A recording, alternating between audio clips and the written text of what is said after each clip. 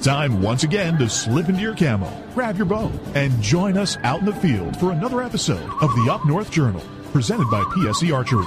The Up North Journal crew is knocked and ready to rock for another exciting adventure. So let's step outside and hit the trail.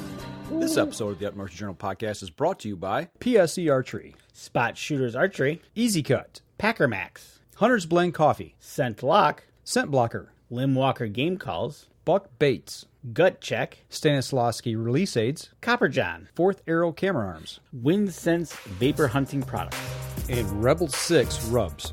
And don't forget, you can catch us in syndication at 2 p.m. Eastern Time on goodtalkradio.com. Welcome back to another episode of the Up North Journal, everybody. I'm host Mike Adams, sitting in the cabin tonight on Sunday evening. Dan DeFaw hanging out. And I see Tim Cius is on. Dan Groth is on as well, checking things out. Dan, we've got to get in touch with you so I can, Danny and I can get over and start thinking about shooting that Winter League. There you go. I think that's a Tuesday or Wednesday night. And before we go any further, we need to talk about some things. You want to talk about a few things? Yeah, let's talk about some of our supporters. Well, let's do it. How about we talk about huntersblend.com? There you Getting go. close to the Christmas season, you can get a Christmas pack and go over to huntersblend.coffee.com, and on your checkout, right there. That's right, you can use the promo code capital UNJ. You will get 10% of your order when you check out. 10% off your order. Yes. And make sure you get it in there if you want it by Christmas. That's right. Good underneath the tree. That's right. That's right. And then, hey, why not put some scents under the tree? Scents? Yeah, that's right. Gonna make it smell good? You're going to make, you know what? You could take the pine, spray the tree with it. Or you could use the earth scent and put that underneath, like at the base of the tree. There you go. Use them both. That's right. And if you go over to buckbaits.com, and you can use the promo code UpNorthJournal and get 20% off when you check out. There you go. But yeah, you could use the pine for the top, earth for the bottom. Why not? Right. But that's not all. But that's not all, because while you're smelling the tree, you're going to have something cooking. That's and right. You know what? And what better way to have something cooking than with Rebel 6 Rubs on whatever you might be cooking for added flavor. There you go. And if you add the promo code North Journal when you check out, you get 20% off there. There you go. So you can Christmas shop with our supporters, and there you go. I'm going to be taking this with me this week. That's right, you will be. This is the Buck Baits Elk Urine Cow Estrus. We're going to be using this out in the field on the hunt this week, hopefully at the end of the week. Saturday morning, right? Saturday morning at 7:42, I think, is legal shooting light, or 7:41. Okay. Yeah. I've got it in my phone. I've got a picture of it, and I've got the legal start and end times. That's a good thing to do. Hopefully I won't need the end time. No, we just want about an hour or so into the first time, and let's just get it over with. You know, and speaking of that, we will not be doing a show next weekend because I will not be here. He will not be here, and I'll be up there, and Yeah, you're going to be with me too. So. yeah, I'll probably be on my way back or something, and Right. so we won't have a show next week. So we will have a show after that and the end of the year, and then we're another year gone by. That's right. And then we're into 2020, and then ATA kicks us. Yep. And I tell you what, are you ready? Are you ready for your hunt? I was working diligently today and yesterday getting ready for the hunt. Well, you called me yesterday, and you were driving around the country looking for ammo. I was frantic. Yes, you were. I went to 4 different places looking for ammo for my 7mm. I got a 7mm Rim Mag Browning X bolt that I'm using, and that ammo is not cheap. No, it's not. But I wanted one more time out on the range to verify. And the first time I took it out, made sure everything was sighted in. I was using lead sled, and I thought, I just really need to go back and do some shooting just like I would if I was in the field. Okay. So, no sled, just get on a rest, get out there, pound some down the range.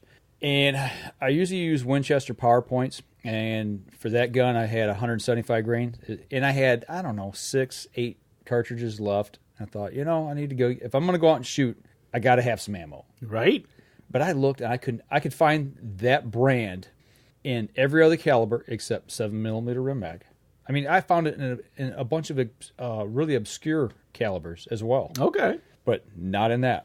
And I did not Interesting. want to switch, but I was forced to. Right. So what did you end up buying?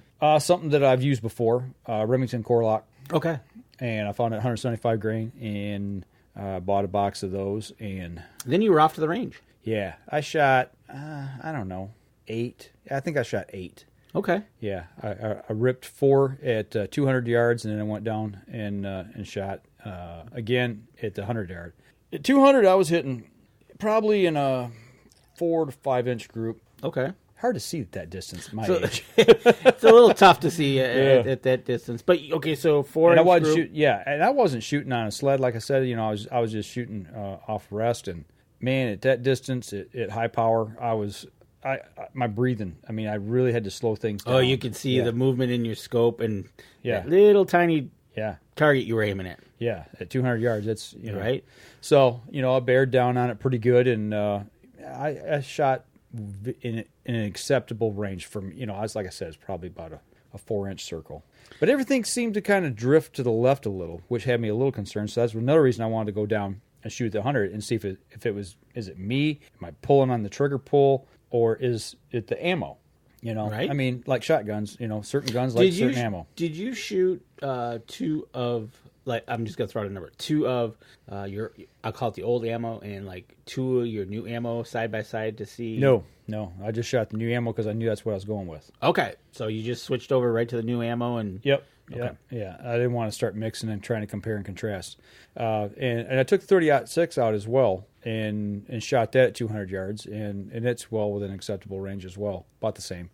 And actually, I was surprised that it was actually shooting a little bit higher. I was shooting 150 grain for that caliber. Okay. I really don't want to use that rifle unless I have to. Well, you always take a backup just in case. You never know what's going to happen. Yep. So you'll have your guns and your ammo ready to go. Yeah. And at 100, went down, shot first 2 shots, a little bit left. Left again. Yeah, shot a third.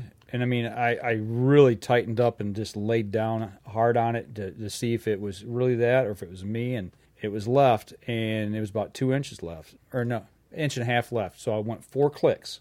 Went 4 clicks right at 100 yards. It has a 1/2 inch out at 100. Okay. On the neck. I was like, done. Put it in the case. Yep. We're good.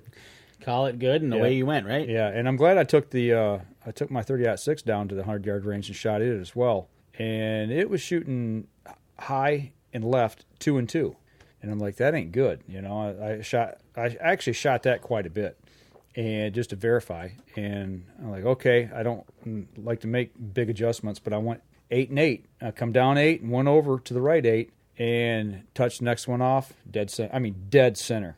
I was like, There you go. it's like, okay. And then I verified in 2 more shots after that. And actually, they were just below the dead center one. Okay. It was like a 1/2 inch out, and actually put 2 through almost the same hole. I think you're ready to go. I mean, it tore. It was one hole. It was just a little elongated. Now you got your guns ready, and you're feeling comfortable with them. Good to see. Yep. Now you were shooting kind of on a rest, but are you prepared to take any kind of shot here? Or I got shooting sticks. Yep. okay, Yep. and trust me, I'm not going to use let you use my shoulder to put as a gun rest. That ain't happening Why not? because I like my hearing. Okay, I'll bring you earplugs. thanks. And I'm gonna get a hold of my guy this week. Try to figure out, okay, what are they seeing right now? Are they seeing where are we going? Is it gonna be a spot and stalk? Is it gonna be a drive around, find them, on the public land? Are we gonna be sitting in a gun blind waiting? You gonna have Dan run through the woods screaming his head off, pushing elk? Yeah, we could have you do that. No, we're not. Why not? I just want to offer it up and say no. But you're hoping to go with? I will be up there. I'll probably come up Friday night. I'll hang with you Saturday and a little bit of Sunday before I have to come back, and then I got to go back to work. But we're going to think positive here. I want this done like within the first hour, okay? First hour after sunlight. And we got our rope over there, and you and I can just That ain't hook it up. happening. We can drag it out. That ain't happening. No? No, that ain't happening. Nope. It will be interesting. I hope you do get. I hope you get one early enough, because I would like to see the whole process of you getting it. Have to obviously tag it. Then I think you got to take it to the DNR. Yep. Well, Friday night you've got to go to Orientation, right? Yep. Now you're going to get your license, and they're going to talk to you a little bit and the procedure, right? Yes. Yeah, you got to go through almost like a 2-hour deal. Is that what it is? What Yeah. time is it on Friday? 1:00. Oh, okay. Yeah, they said roughly 3:00. So Okay. that's about time to get done. But yeah, basically, this is an elk. Well, we've already had a couple. We had 2 bull shot here in Michigan. 2 bull shot up in that area. Up in yeah. Mm-hmm. I don't know. I haven't heard if they've captured or invested or. They're still investigating. Okay. Last I heard, but right. That's the thing. So you got to do an orientation on Friday. Yep. Season for you starts on Saturday. Saturday morning. And the whole process. I think it'd be really cool to see. If you're lucky enough to get one, you drop it. From that point on, what's the procedure of getting it tagged, verified, whatever the DNR does their side of it. Right. Yeah, it's a little bit involved. Right. So it would be a good involvement if you are in that situation. Right. So hopefully that's the plan, and if I'm fortunate enough to tag early enough, I'm heading back over to our deer camp. You're going to head over to deer camp. It's muzzleloading season, and I got a couple tags that I can still fill. Right. And that's one thing. Now, muzzleloading, but in certain areas you can use any caliber, right? Rifle? Yes. Is that CWD thing? It's a CWD thing here in Michigan, yes. All right. So yeah, there's been a lot of confusion over that, too. Well, that's... Somebody made the comment about our DNR digest that looks like almost like a Christmas tree with all the different colors. And it does. It looks like a Crayola box of 16. Right, exactly. Different crossovers and different zones, and it's a nightmare. How's the weather looking? Are we looking at a blizzard? We looking at... Snow's coming Wednesday. Temperature's going to drop. I looked at extended forecast, and it looks like it's going to be in the high 20s, maybe 30, 31-ish. That ain't bad. It's cold at night, but it's typical. Cloudy, snow showers here and there. It's Michigan. It's December. December in Michigan, especially northern Michigan. Well, you can also get the lake effect. The lake effects. You can get the cold snap. You can get it's Michigan, right? So weather looks typical. Yep. Not here comes a foot of snow and you're going to be buried in, right? I hope not. Right? That can happen anytime. All right, so you got your ammo. At the orientation is when they deal you your license, right? Yeah, I've got my receipt that I purchased. It's a receipt of purchase of the tag. You don't get your hunting tag until you complete the orientation. Then they take your receipt and they give you your tag. Oh, almost like a certificate of completion. Yeah, so you have to show up right in order to get your hunting license. You listen to us for 2 hours, you can have your license. Yep. Well, that's good. So, but yeah, today I ran through all my camo and all my Scent-Lok. I got 2 bags plus. Right. We got it all down to 1 bag. So just narrowing a lot of stuff down, a lot of early season stuff that I don't need. Went through the backpack, got rid of all the archery stuff out of that. Anything that I really don't need, just trying to keep the weight reduction down so I don't have to take a lot of things with me. You have to wear orange. Yes. I'll ask right now because I know I probably would bring orange, but I got to wear orange too as well, right? That's a good question. I don't know. Okay. I think I'll have it with me. Yeah. I'll have a vest at least with me. Yeah. Yeah. I've got a couple hats and a ball cap and a vest in orange. So. Right. Exactly. And I'm going to be trying to run as light as possible because the only thing I want to carry is the camera. So. Yeah. Well, that's the plan. Yeah, that's the plan. The camera and a tripod, and I'm good. So we'll see what happens, guys. You know what? And actually, yesterday wasn't a bad day to get out and practice either because it was cloudy. Beautiful. It was cloudy. Yeah. So you didn't have the sun effect of it, but it was actually a good day to get out and do some shooting. So it was about 35, maybe even 38, 39 degrees. It was pretty warm for this time of year, and no wind at all. I mean, it was really nice. I was the only person on the range, which was really nice until, on the 200-yard range, and then I stepped down to the 100, and I had shot the 7mm first, put it away, and was getting my 30-06 out, and a guy pulled in. And actually, he was a new member. A guy had just joined the range. Okay. So it was nice. Got to meet him, talk to him a little bit, and went down, hung targets, and you do the range talk, and it was a good time. What was he shooting? He was shooting a 6.5 Creedmoor. Oh, okay. He was putting a scope on it, getting ready to go lynx and bobcat hunting up in Canada. Neat. Yeah, I thought that was pretty cool. Oh, that sounds really cool. So yeah, it was nice to just chit chat with somebody that I hadn't met before and talk hunting and talking guns and all that kind of good stuff. Excellent. So you're ready then, is what you're saying? As ready can be. Nervous? Apprehensive a little bit. Yeah, I mean, this is a big animal. And as everybody knows, my season hasn't really went all that well so far. I've got 1 deer in the freezer, and yeah, there's kind of some things hanging around in the back of my head. So that's another reason I went out and shot. And this will be the icing on your cake. I hope so. And then go back over to deer camp, and if I could hit one or two over there. That would be nice. Right, exactly. So, Close the season out and come home and have Christmas, That's right. We could have Christmas and into the new year, and it would be all cool. But it's going to be, I think, just the opportunity you're going to have is going to be awesome. Well, I'm going to go and I want to take it in. I want to enjoy it. This is probably a once-in-a-lifetime hunt. Well, it's a once in a 10-year hunt. 10-year hunt, right? Yeah, and it's taken 20 years to draw, so right. So I want to take it in, soak it in, and enjoy it. I don't want to just rush through it. And I mean, if I hit one, opening morning, that's fine, dandy. But I just want to soak it in and really take it in and enjoy it. Exactly. Every moment that you're doing it is going to be an enjoyable moment. I think so. It's going to be something different. So that's right. Well, speaking of something that's not different, we need to take a break. Oh, let's take one. So we're going to step outside, take our first break. We come back. We've got a couple little things we want to talk about. So we'll be right back after this. PSE Archery has reinvented the way you buy bows. From now on, you can make the most educated decision possible by basing your bow choice specifically on your shooting needs and goals. All you need to do is ask yourself, what kind of shooter am I? What do I want to achieve? PSE will help find the right category for you. So, what kind of shooter are you? Find out at psearchery.com.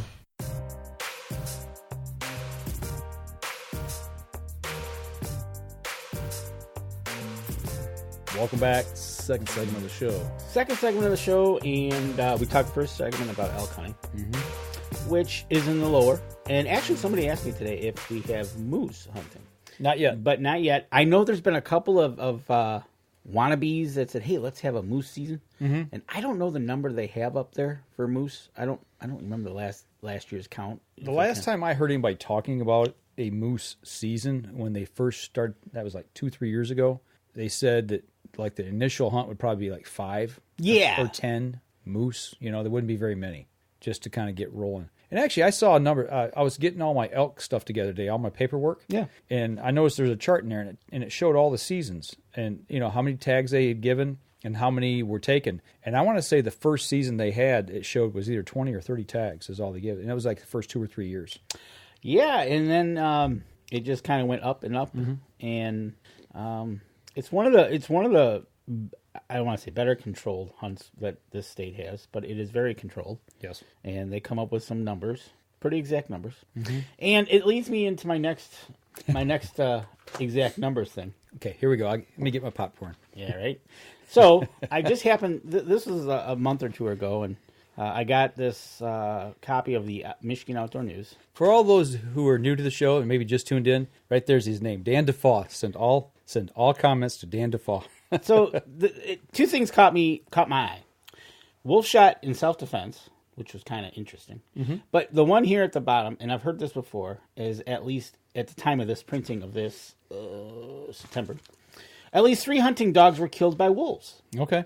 Now, wolves being protected as they are, I struggle with an interesting fact here that these guys are taking their animals out, training them. These were bear dogs that they were being trained, and they had them out in the woods. And the one this article's written on, he let his dogs go. They went and treated a bear, and all of a sudden, he tried to get to him like you're supposed to. But when he got within close enough of driving, he could walk to where he was going. He started walking, and all of a sudden, the youngest one met him on the trail. And he says, "Ooh, that's kind of odd. Something ain't right." Yeah. Something's going on. Yep. So when he got closer, the other dogs were nervous at the bottom of the tree that this bear was in. And then one of his dogs basically had gotten eaten by wolves. What he said in this article was they basically ate its guts and cleaned its ribcage. Wow. Right. So I was just, you hear this more and more about... Now, how did it say how close in proximity that was to the treed bear? They said in the article it says where the one was killed. He says they were nervously at the base of the tree. I wonder what the bear was doing. Was the bear nervous, or was the bear being a bear? The bear was probably... I would think a bear could take a wolf out. With all the commotion, my guess is I bet you the bear sat still. With all the commotion below him, he's probably not doing much. Yep. When he got to the tree and the other hounds were nervously mulling about, basically the wolves ate all the guts. So my question is, and the Michigan DNR confirmed, but it goes on to say that this has kind of been, since 2014, there was a large spike in dog-wolf encounters. But since then, there have been, it's leveled off. Okay. So, and then right next to that, the wolf shot in self-defense. The wolf came into this guy's yard, picked up one of his dogs, took it off into the woods. The guy ran after it with a shotgun, shot to try to scare the wolf. It dropped the beagle. It looked at him and charged him. Got to within 8 to 10 feet, and he shot it. The wolf. He shot the wolf. Okay. And he says if it wouldn't have been for having a gun, he probably would have been dinner. Right. He says it was like basically in one of those movies, the eyes, and this thing was just coming at him. Mm-hmm. The DNR went out and investigated it. Basically, he said in the article that he dropped the shotgun and just ran, got out of the woods with his hurt dog. So the prosecutor did not charge him with anything because it was self-defense. Okay. So with this stuff going on and everything that we hear about, and it's amazing that because this is a protected animal, and I know these encounters aren't rampant, right? But why not scientifically? Let's say, hey, let's put a thumb on them. Let's put a thumb on them. Kind of watch what they do, because basically what wolves do is they will stay in an area where there's food until the food's all gone, then they move on. In the article, it said that we have 662 wolves. Oh, they know exactly how many we have, huh? Give or minus, I think it was 69. Oh, that's a pretty exact number as well. How do you know that? I don't know. Well, see, this is what's bugging me. Is I go to the UP all the time, and I see the complaints. I know the deer numbers were down this year. Now, were the deer numbers down because of hunters, bears, coyotes, or because of wolves? It all has to play together. Mm-hmm. But why couldn't we can hunt coyotes, we can hunt bears, but we can't hunt wolves? So here's my complaint. My complaint is why not put them under a scientific category of being controlled, because we are having encounters. Sure, it's not every day. Mm-hmm. But I saw, I think it was in the news this week, they had a black bear, I think it was over in New Hampshire, running around the town. That's not good either. Right. So, I don't know, it just bugs me that these people lose their dogs and everything. And basically the one guy shot in self-defense. Right. But we have no means to control. No, they're hands off right now.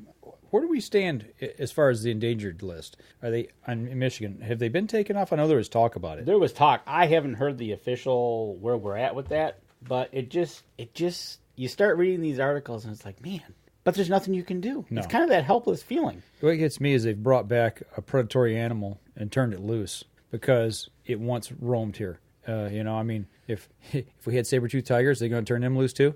Yeah, I mean, I'm just theoretically, if yes, if and then all of a sudden it starts eating people. Yeah, just because it once roamed here, I mean, I know they're no longer around, but when we have predatory people, we lock them up. Right. We try to control them. We try to maintain control of them so they don't hurt other people. It's and it just, I don't get it. Right. And it's just one of those things that I hear about. I hear about it up north all the time.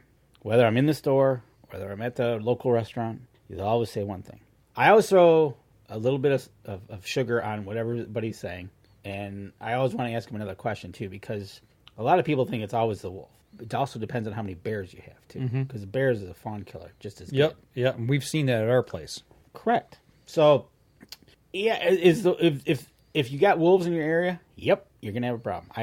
We heard them this year up there. My cousin shot a 6-point in October, lost the blood trail. Well, my other cousin found it a couple days later, floating in the river, half eaten by wolves. Okay, so obviously it didn't go to waste, but they'll be in that area for a while because we have plenty of deer. I know that. Right, and it's not uncommon to hear them take one down every night if they're in the so-called mood.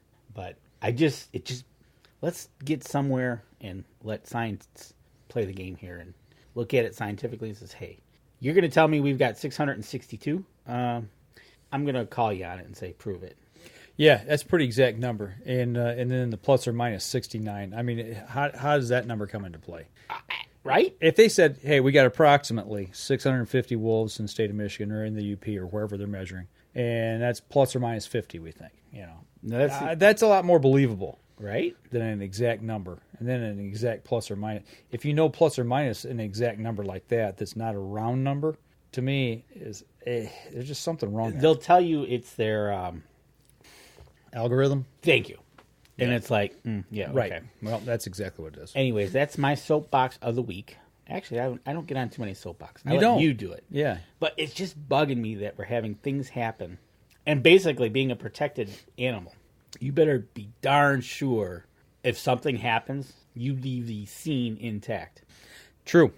I mean, in the article, it said he left the gun, the shell even ejected, and he just ran out of the woods with his hurt dog to get his dog better. And then when the DNR came out to investigate the area, they saw the shell, they saw the shotgun, and they saw the blood where the wolf was and footprints, I assume. And so he had basically the story to back him up. Right. So just a word of caution: if you have an encounter and it turns out whatever way, make sure you leave, back out, call a DNR, get them involved, say, hey, this happened, and have it taken care of the right way.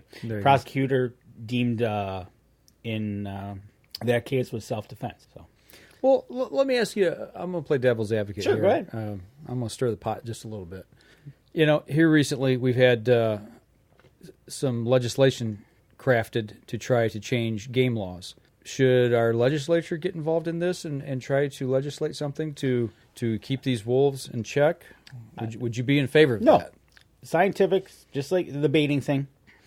What we need to do is, I think we need to step back and we need to see who's running this place, who's running the insane asylum. Right.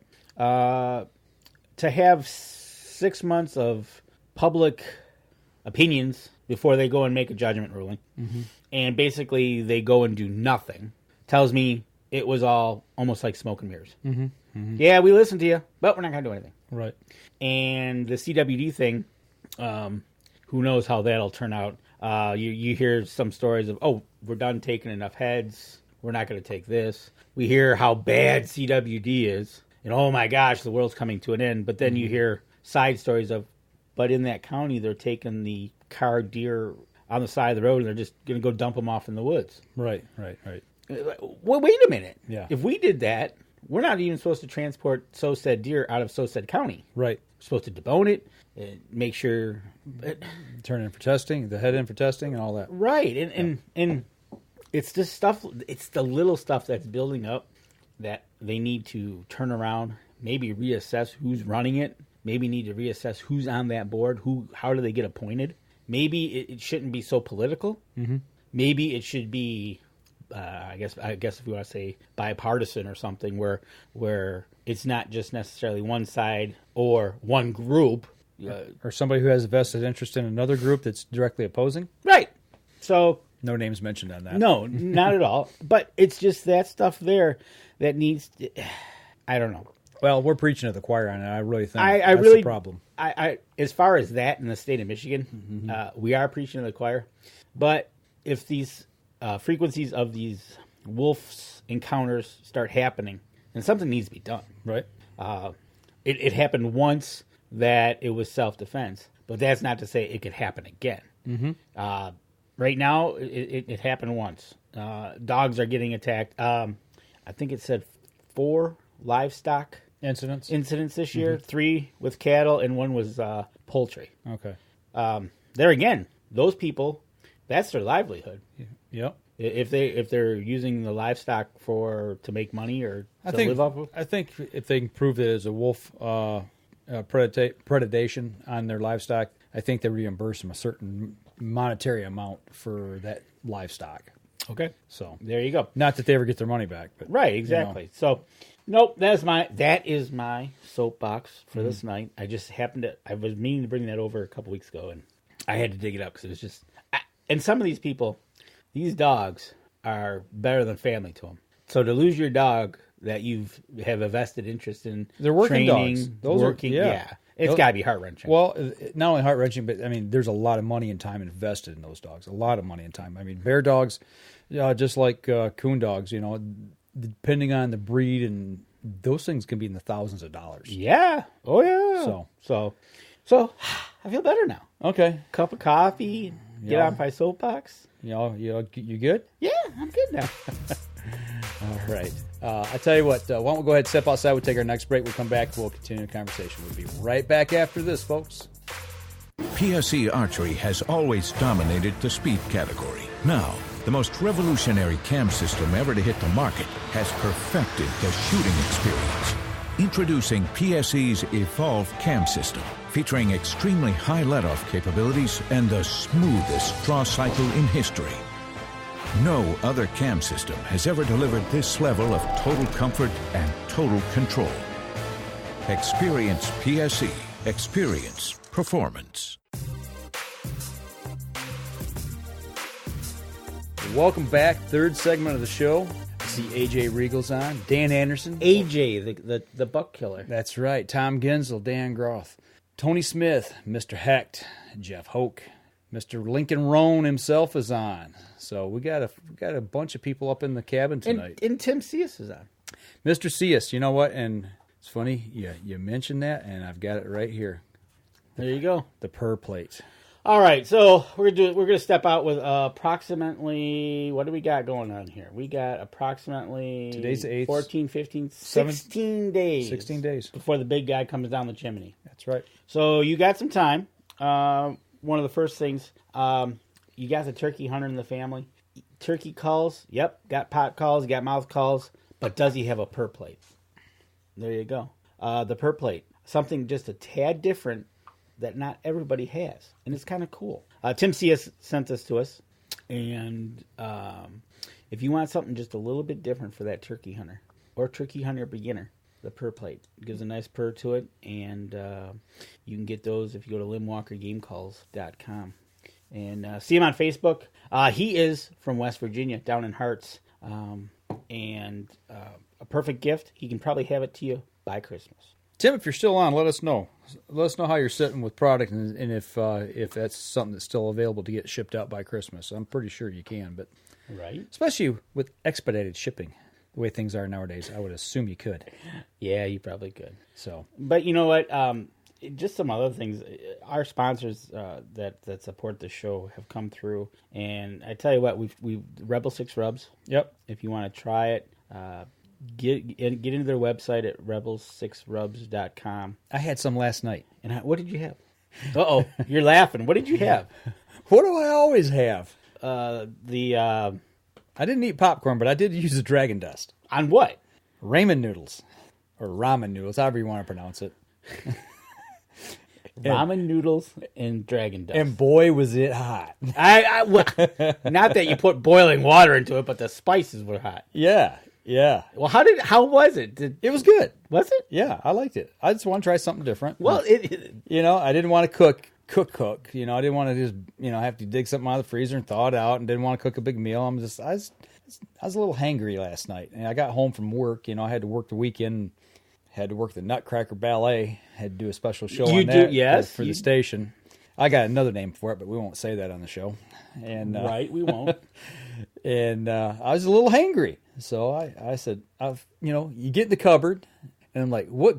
I don't go, what sounds good. I go, what would go good with Rebel 6 Rubs? There you go. That's what I was looking for. And I'm like, you know what? I said, I wonder if I could put Dragon Dust in with ramen noodles, or ramen noodles, however you want to say it. Ramen. And it was spicy, but it was really good.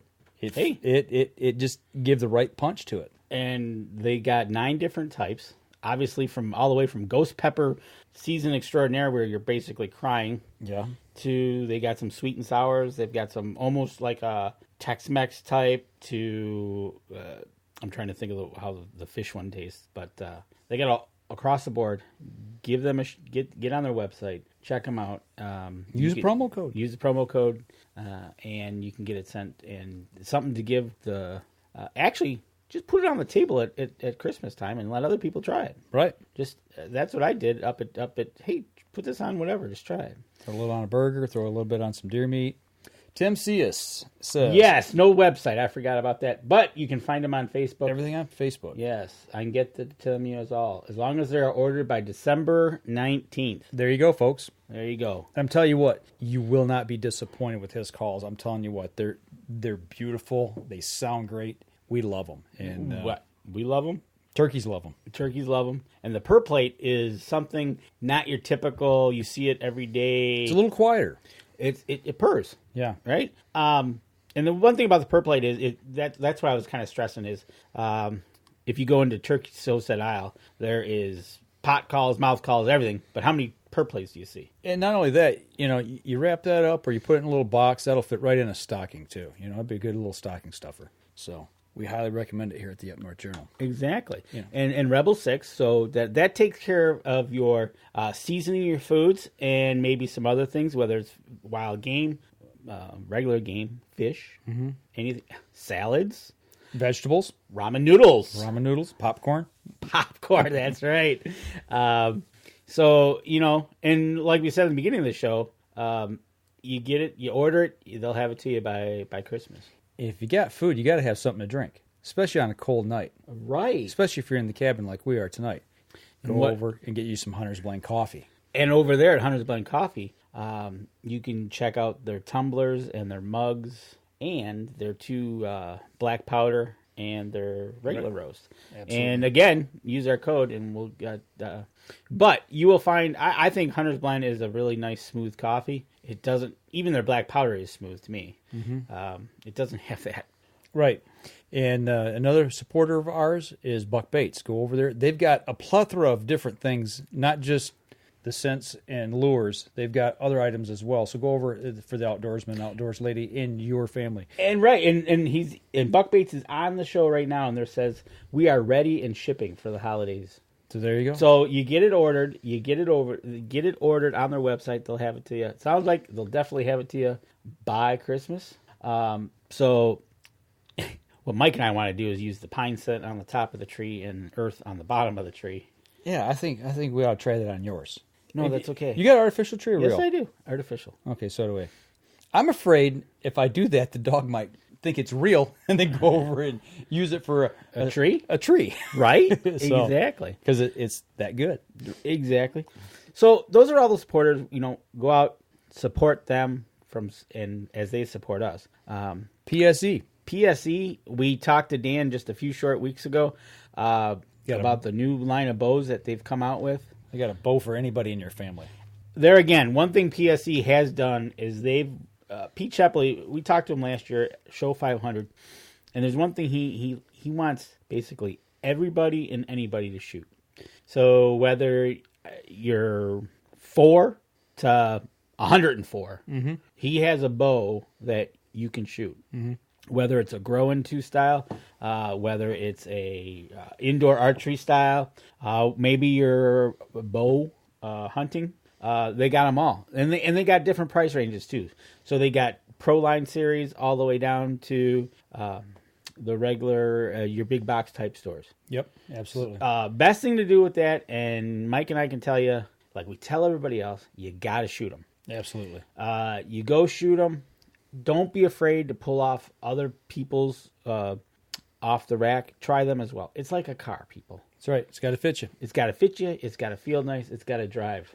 And 2 other companies that I do want to mention before we wrap this segment up. Another great supporter of ours, Easy Cut. The hand pruners. If you got a gardener in your family, I mean, it doesn't have to be a hunter. It can be somebody that does gardening out. The hand shears. Those things have a lifetime warranty on them.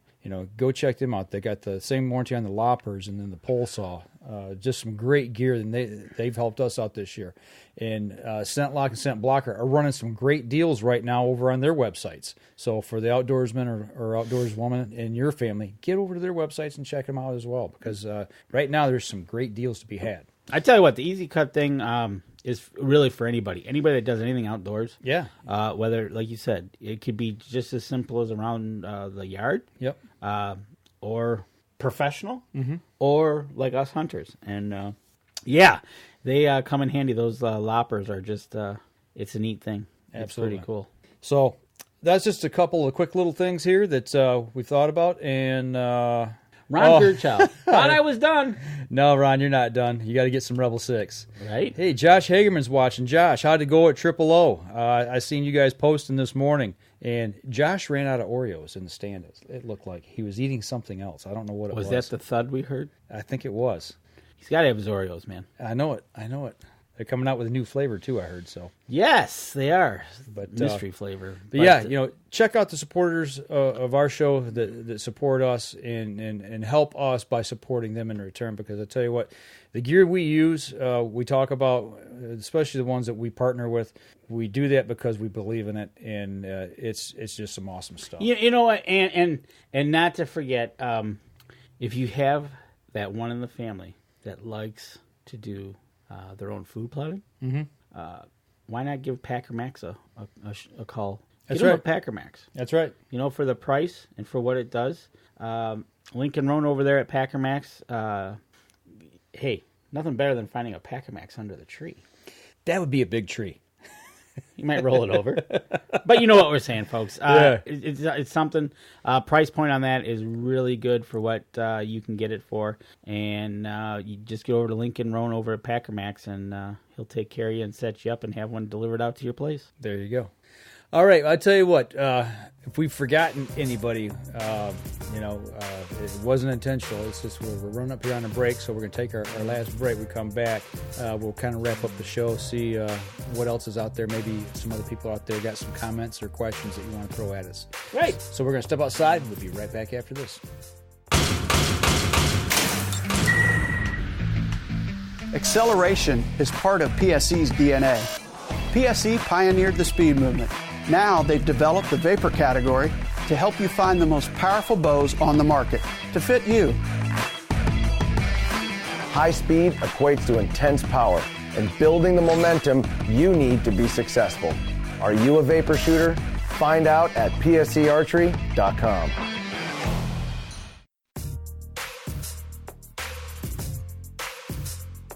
Welcome back. Last segment of the show. Kind of give you guys some ideas about some Christmas gifts for the outdoors women and men in your family. And we talked a little bit about Danny's love for wolves. Right. Well, when you hear them up there, it's just, you get that feeling, that eerie feeling.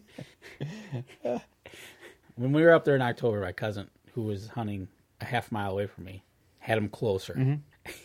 And he was using his saddle. And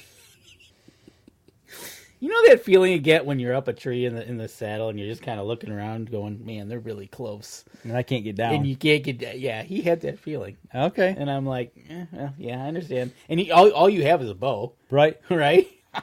Yeah, instead of being up a creek without a paddle, you're up in a tree on a saddle. Right? Exactly. And you can't get down. And is he gonna try to run? Yeah, no. But no, he was closer than I was to him, and it is not a good.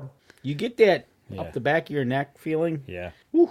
Well, I had a question that was asked of me about 2 weeks ago, and asked if we'd talk about it on the show, and I think we got just about enough time. Somebody here locally, actually, that we both know. I won't mention the name, but it was a good question, and he was asking about Scent-Lok and Scent Blocker, and he said, since you and Danny have used that, and now we work with them a little bit here. We're on their staff, and he said, how has it changed the way you hunt? And the first thing I said is I had Scent-Lok. I had Scent-Lok way before I started doing any work with them. I had it. Yeah. I had it before. Yeah, it's been a while since I bought my first suit back in 2000, I think, or 2001. Whenever I did my first bear hunt. Oh, okay. All right. Yeah. Bear archery hunt. Let me rephrase that. It was a bear archery hunt. No, I take that back. It wasn't that far back. It was 2007. It was 2007 because I remember the hunt. It was my first bear archery hunt, not my first bear hunt. Okay. Yeah. I think 2010 is when I started with Blocker. And how's it changed the hunting? I think for me, it's changed the way I do my layering, okay. and just learning to not go out in the field with everything on. Mm-hmm. Basically, going down out in the field with as little as possible on, trying not to sweat, and just as it goes, start to layer up. as far as is that's kind of what that's led to for me, and the confidence in the product. Mm-hmm. Have I had deer stick their nose in the blind? Yeah. Mm-hmm. Oh yeah, absolutely. Yep. So I feel confident in the product. Yeah. You know, obviously you can't take it away from your breath, but the other products that are out there, whether it be shampoos or anything like that, you try to minimize as best you can. Yeah, I think that's the one thing I come up with on it is I try to control as much about my scent, scent control. I mean, I try to play as many things in my favor as possible. And back when I bought my first suit, I knew, whitetail's got a great nose, but I knew bear, their eyesight is poor. But their nose is really good. Their nose is really, and that's, basically their main safety mechanism. And when I had that suit on, I had a bear directly underneath me. I was 16 feet up, and he was probably 10 yards from my tree. And he came in. You could see he was looking for something he was smelling. Well, he was looking. Okay. He was looking for me, or he was looking at me because he saw something in the tree, and it's like, well, there's something there, but I can't really make it out. So he sat down. He opened his mouth, and I could see right down his throat. Really? Yeah, and he was sniffing and licking, trying to gain scent, trying to use all the scents that he could to get more scent. Yeah, exactly. And he never made me at all. He looked at me for about, he did this for about 5-10 minutes. And then he finally got up and he felt comfortable enough. He went on into the bait. It was just, I never did get a great presenting shot. It was just the way he came in. He circled back around to the bait, and he never had a broadside shot. Okay. And then it got dark. But the point is he was all up in and around me where I was at, and never once got spooked. And to me, that's like, man, this stuff is really work. It really works. I've read a lot of stuff on it and done some research on it, and the proof comes when you're put in a position in the field that it shows how well it does work. All right, and how I like to see it as well is there's also other products, and I can see one right now, even from Buck Baits, the Scent Eliminator. Mm-hmm. You use all these things in a combination, mm-hmm. and you try to get that decisive advantage over the whitetail. You're trying to outsmart a nose or a bear in your case. Yep. And here next week you're going to be trying to outsmart an elk. Yep. So, and take care of your equipment as well. Yeah. I guess the thing to answer the question he asked was that for me, the way it changed the way I hunt, it gave me more confidence. Number one, to get in close to game and have game get close to me. To where I could get shots, and execute a shot a lot closer, especially for archery. It was just building that confidence level. It didn't make me feel like, well, because I've got this on, I can do this or that. Oh, invincible? Yeah, it didn't do that. If anything, it really enhanced in my thought process and trying to control as much, like I said, as much as possible. I think that's where it's really up my game and being able to see more game, get closer to game, and being able to take game. So and Ron here says he even he's had a Scent-Lok all green undersuit for many years ago. He's thinking probably from the late 80s. Okay, right on. And yeah, it's just one of those things when you is it 100%? No, because we breathe. Right. It is what it is. Right. But there's so many products out on the market to help you enhance, like you said. You wear the clothes, you spray the sprays, mm-hmm. you play the wind. It's going to put you closer to the game, especially for and bow even hunting. when the wind changes, you've got that confidence that, hey, I've got something that's working to my advantage that's going to help me. And I've seen that play out down in Indiana this year as well. I mean, I had the wind change on me in the middle of a hunt and still had game all around me. So I guess to answer that question, that's what it allows you to be more confident, and I think it heightens our awareness of what we need to do to stay scent free. Right, exactly. And getting out there, and actually another thing to do is actually getting out there and seeing how they react to different things. Mm-hmm. Whether it be the wind shifting, did really observing the game you're after will tell you how whatever you're wearing or you're doing is performing. Is it working or not working? Right, exactly. Mm-hmm. When the turkey's coming in, I'm waving my arms at them. But anyways, observing the game, seeing what they're doing when the wind shifts. Maybe they're not picking you up. or maybe they're picking you up, but they're not picking up. They still are inquisitive. They Right. can't figure out exactly what it is. Yep, exactly. So it gives you confidence. Try it. You don't have to go full bore and to buy a whole entire head to toe base layer. Buy a couple garments at a time and try them. Start with base layers. Buy a base layer. Say, hey, okay, try this, and work yourself up. There you go. So, and also another important thing is make sure what season you're going to go into, because they've got early season, mid season, and late season. Yes. Don't go out there in late season with an early season outfit. No, you'll freeze. You will freeze. You'll freeze. No, or if that's all you have, layer up over top of it. Yep. Use it and then layer up over top of it. So that's what I recommend. I totally agree with you. I try it and see for yourself. We use it. I use Blocker. He uses Scent-Lok typically. Go buy something, try it, and see for yourself. Just like we talked about in the other segment about bows. Try it, see if you like it. If you tried it doesn't work out, you tried it, man. You can't say that you didn't. Okay, I'm going to throw one at you here. I just kind of thought, because we got about 5 minutes left. Shoot. What's the one piece of gear you've got in the last year, 2, 3 years that's changed something for you in hunting, that's really made an impact?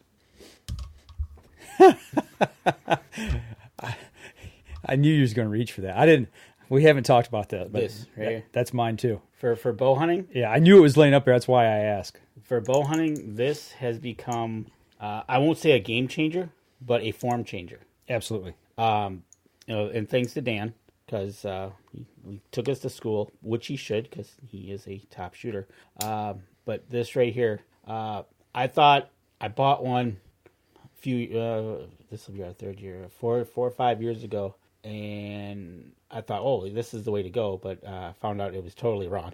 But he said, hey, try this, but this has become an archery form changer for me. So the one piece of gear that has changed my bow hunting and shooting overall would be this guy right here. Yep, I have to agree. The stands, that's a SX3. And Danny and I shoot the same one, actually. We both have the same one. And it has increased my confidence in shooting archery. It's increased my scoring.